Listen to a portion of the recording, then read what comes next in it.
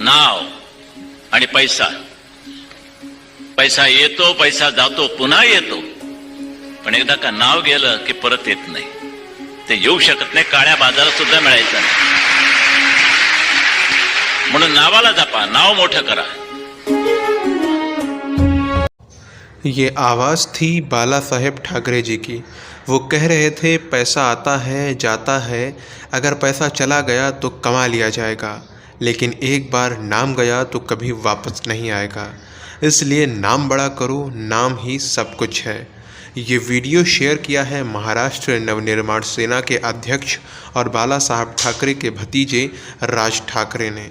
उन्होंने ट्वीट करते हुए कहा कि बाला साहब ठाकरे द्वारा दिया गया शिवसेना का विचार कितना सही था, आज हम एक बार फिर जानते हैं. उन्होंने ये वीडियो 17 फरवरी को चुनाव आयोग के उस निर्णय के आने के बाद ट्वीट किया जिसमें आयोग ने बाला साहब ठाकरे के बेटे व उत्तराधिकारी उद्धव ठाकरे से शिवसेना का मूल चुनाव चिन्ह ले लिया और उसे शिंदे गुट को दे दिया. मित्रों, शिवसेना कभी एक ऐसा राजनीतिक दल हुआ करता था जो कि भारतीय संस्कृति की रक्षा के लिए मुखर होकर आवाज़ उठाता था, जिसने श्री राम जन्मभूमि मंदिर आंदोलन के कार्य में भी मुख्य भूमिका निभाई थी.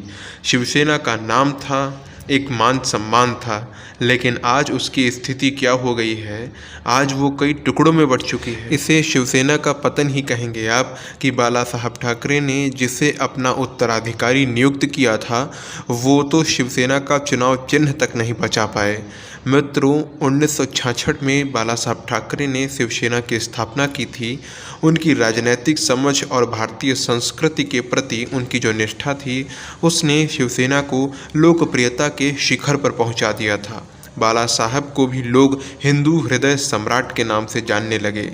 बाला साहब के भतीजे राज और उनके बेटे उद्धव के बीच उनका उत्तराधिकारी बनने की एक प्रतिद्वंदिता थी और वास्तव में राज ठाकरे उद्धव से अत्यधिक कुशल राजनीतिज्ञ थे, पर बाला साहब ने अपने बेटे को अधिक महत्व दिया. अब ये उनका पुत्र मोह कहें या कुछ भी कहें, पर ये शिवसेना के पतन का आरंभ था. पार्टी में खुद को साइडलाइन किए जाने के बाद राज ठाकरे ने 2006 में शिवसेना से अलग होकर महाराष्ट्र नवनिर्माण सेना नाम से एक नया राजनीतिक दल बना लिया. ये शिवसेना में पहली फूट कह सकते हैं. 2019 के विधानसभा चुनाव के बाद वामपंथियों ने तो पूर्ण रूप से शिवसेना को अस्तित्वहीन कर दिया. 2019 के चुनाव के बाद भाजपा और शिवसेना में मुख्यमंत्री पद को लेकर विवाद हो गया और शिवसेना ने एनसीपी और कांग्रेस के साथ मिलकर महाविकास आघाड़ी नाम से एक गठबंधन किया और सरकार बनाई. यहाँ पर भाजपा जो स्वयं को खुद को हिंदुओं का ठेकेदार समझती है, उसे शिवसेना जैसे राष्ट्रवादी दल को इस तरह से वामपंथियों के पाले में नहीं जाने देना चाहिए था. अरे क्या होता यदि मुख्यमंत्री पद नहीं मिलता, कम से कम बाला साहेब ठाकरे जी की विरासत यूँ छिन्न भिन्न तो नहीं होती. लेकिन विरासत, मूल्य, सिद्धांत, नैतिकता, ये सारी बातें खोखली होती हैं इन लोगों के लिए. ये सब पद के लिए लड़ते हैं. पद पाने की चाहत में शिवसेना को शवसेना बना दिया गया. जो काम बाला साहेब ठाकरे कभी न करते वो सब हुए. जून 2022 में एकनाथ शिंदे के नेतृत्व में शिवसेना में फिर विद्रोह हुआ और बाला साहेब ठाकरे के विरासत को आगे बढ़ाने की बात करते हुए एकनाथ शिंदे अपने समर्थक विधायकों के साथ अलग हो गए और बीजेपी के साथ गठबंधन करके सरकार बना ली. शिवसेना दो भागों में बंट गई. एक उद्धव गुट की पार्टी बनी, शिवसेना यूबीटी यानी शिवसेना उद्धव बाला साहब ठाकरे, और दूसरी एकनाथ शिंदे वाली बाला साहेब आंची शिवसेना.